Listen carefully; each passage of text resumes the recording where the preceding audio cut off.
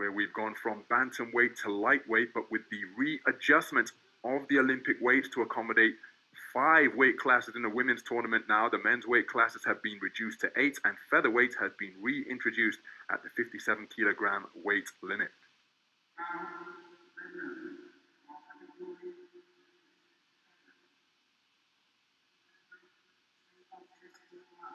So we're underway then. 3 3-minute rounds in the 57 kilogram featherweight division between boxers from the Democratic Republic of Congo and Eswatini. The boxer wearing red, the taller figure, is Nathan LUNATA, 21 years of age. The boxer wearing blue, who is immediately onto the front foot, the more compact operator, is Zweli Dlamini. He is also 21 years of age, part of a 2-man team representing Eswatini. It's a busy start by the boxer in blue, looking to close the gap with quick feet. Find punches, find gaps in that high-held but rather widely held guard being put forward by LUNATA. Yeah, there's quite a gap in the defence there, Ronald.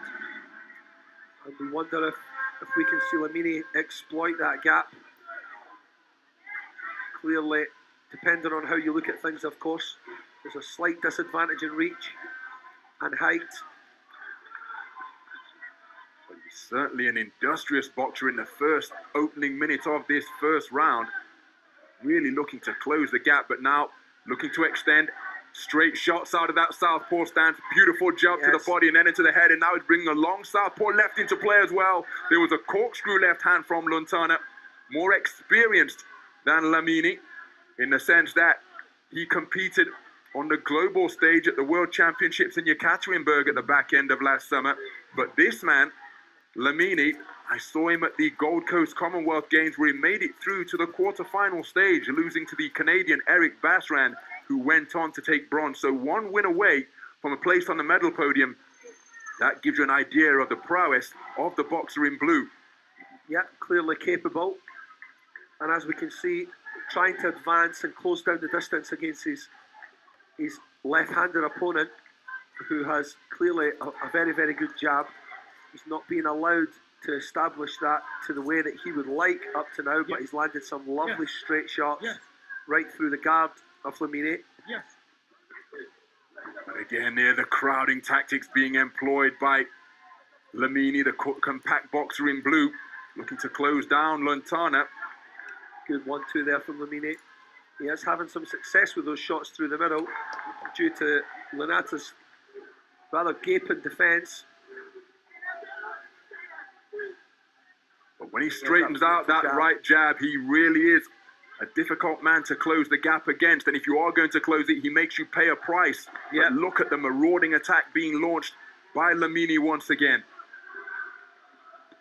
And he's not giving the man in red any respite, trying to stay on his chest and cut off the distance. Exactly, Ronald. He can't really afford to give him any space, can he? He has to maintain this forward pressure. He can't be backed up. It's very, very difficult to be backed up by a longer range fighter. It's difficult to try and get your rhythm. You have to be pressing them all the time. See if we can listen in.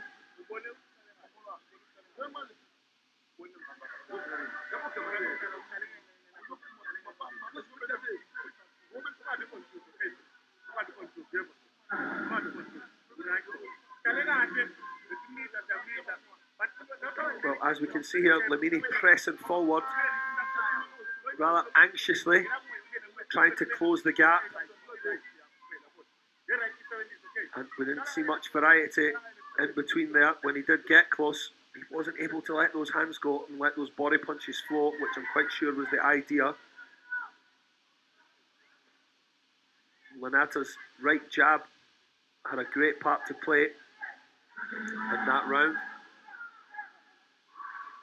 And so one judge favouring the work of LUNATA, that's Judge C. The other 4 judges favouring the work of Dlamini. So his industrious bustling on the front foot being favoured by 4 of the 5 judges as we go into the second round. Dlamini immediately onto the front foot once again, trying to bob and weave his way inside. He got there, but then the dip from the waist by LUNATA caused his right hand to go long. Yep, he has to keep forcing the action, Ronald. He really does need to keep pressing and pushing. He really cannot allow LUNATA to get in any kind of rhythm, especially with that jab. If that jab starts landing on a regular basis, the other punches will come behind it. He's not giving LUNATA any space to extend that jab. He certainly doesn't want to be backing up. Dlamini wants to be pressing continuously. Looking, and he's on the back foot now, retreating towards the ropes, but that's a terrific right hand to the body. It was by Dlamini, but it was countered by a right hand over the top, and now it's the boxer in red getting onto the front foot. This is the last thing that Dlamini wanted to do. He's moving back quite without coordination. His hands are not high. He's dipping his head far too low. He possibly might get a caution from the referee as well for use of the head in a dangerous manner. He's cracking left-right combination, the reverse 1-2 landed by LUNATA. And I just wonder whether Dlamini has been hurt by some of these shots that he's absorbed, because he's altogether less coordinated. He's slow. He takes another right hand once again, and he's looking rather disheveled at the midpoint of this second round. He looks so uneasy now as well. He's totally lost control. He looked like he was building and gaining some momentum, but he's certainly lost it now. So terrific first half of the round as the two boxers exchange single straight shots. Very, very clever, good punching there from LUNATA, picking those straight shots, just swaying back out of range, coming back with the straight counters. Dlamini really doesn't have an answer for anything right now. It's been a terrific first opening two-thirds of the second round for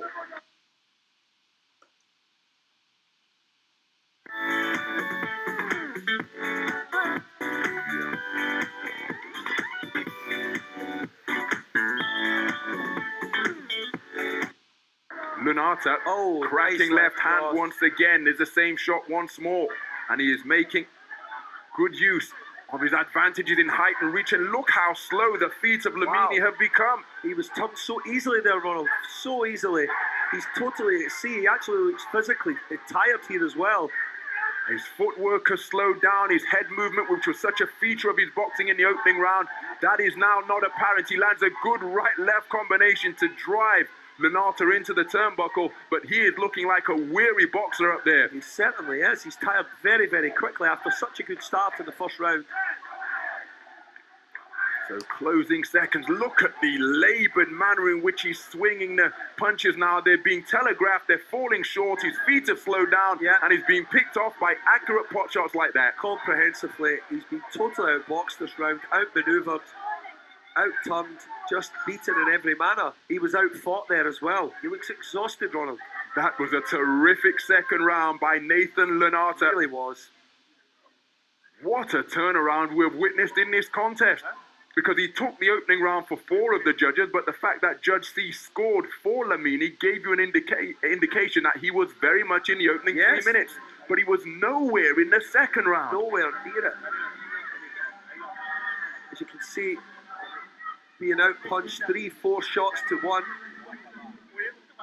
His little pity-pat punches having no effect whatsoever on LUNATA, who maintained that distance and kept those long-range shots coming in.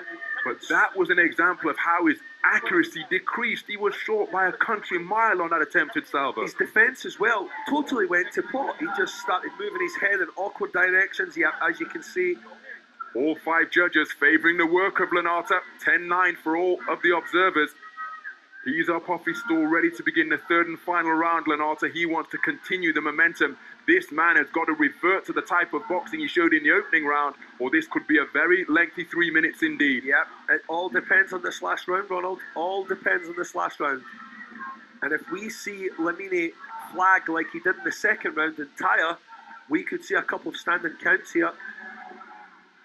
Looks a little bit sharper to begin the third round compared to the sluggishness he demonstrated in the second, but now he's been put on the end of offense once again. Heads came together at close ranges, and LUNATA, was dipping down. Nathan LUNATA Nkosi is the man's full moniker, the man in red. He's falling short with that attempted 1-2. Yep, he was looking to let Dlamini just lean in there, over punch a little bit, but he never. He held his feet, he didn't fall in like he has been. Although still, you would have to say that LUNATA is the dominant force here. And Dlamini looking, well, there's just an air of desperation about his work now, because He will know more than anybody that he's fatiguing, and that right hand to the body shot has really hurt him. He pushed out the mouthpiece, he dropped his left elbow and retreated to the ropes. More good work to the body once again from LUNATA, continuing to pile on the pressure. And he's turning his back, which is not allowed. He's got a mouse beneath his left eye. Good work to the body once again by LUNATA. And the reigning 5-time national champion of Eswatini, Zweli Dlamini, he's under real pressure just beyond the midpoint of this third and final round. Beautiful right uppercut on the inside, landed by the taller boxer in red.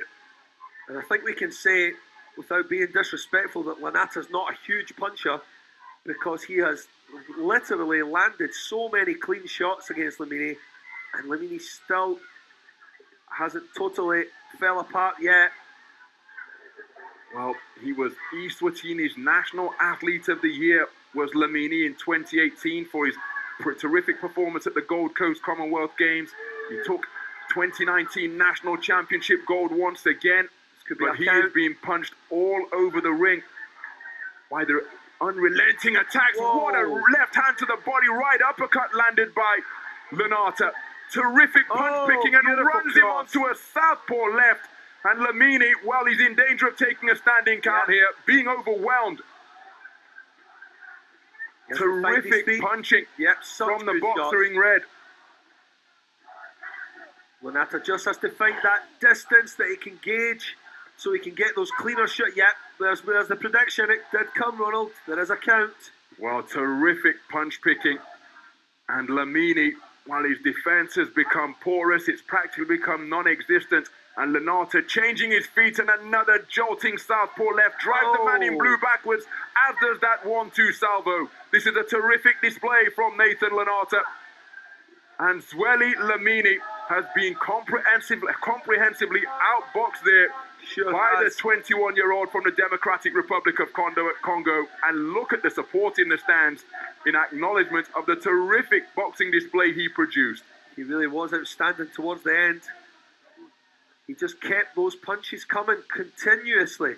He did not relent. He put his foot on the gas and he didn't take it back off.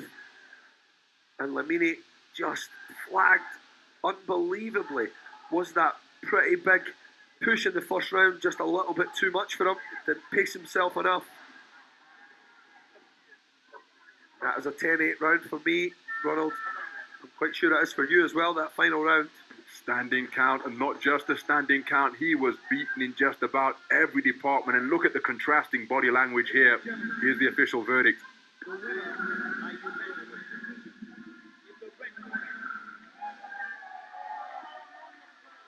So Nathan LUNATA celebrating his victory, a unanimous points decision victory over the 2018 Commonwealth Games quarter-finalist Zweli Dlamini of Eswatini. Comprehensively outboxed during the course of that tournament. He had a competitive opening round, but in rounds 2 and 3, he was put under this type of accurate punch picking from the man in red. Yeah, he really had no answer at all for LUNATA. He really never. He was beaten in every area. Even when he tried to force the action, he was being outpunched. He was outthought as well. And he really just came undone. He totally came undone. He had no defense. His legs were all over. His head movement was relatively poor as well. What a way to come undone. There's confirmation. All 5 judges scoring for Nkosi. Some of those scores closer than we perhaps anticipated. But make no mistake, it is the right man who progresses through to the second preliminary round, where the tournament #1 seed Mohamed Hamou of Morocco awaits. That contest will take place in the evening session in 2 days' time.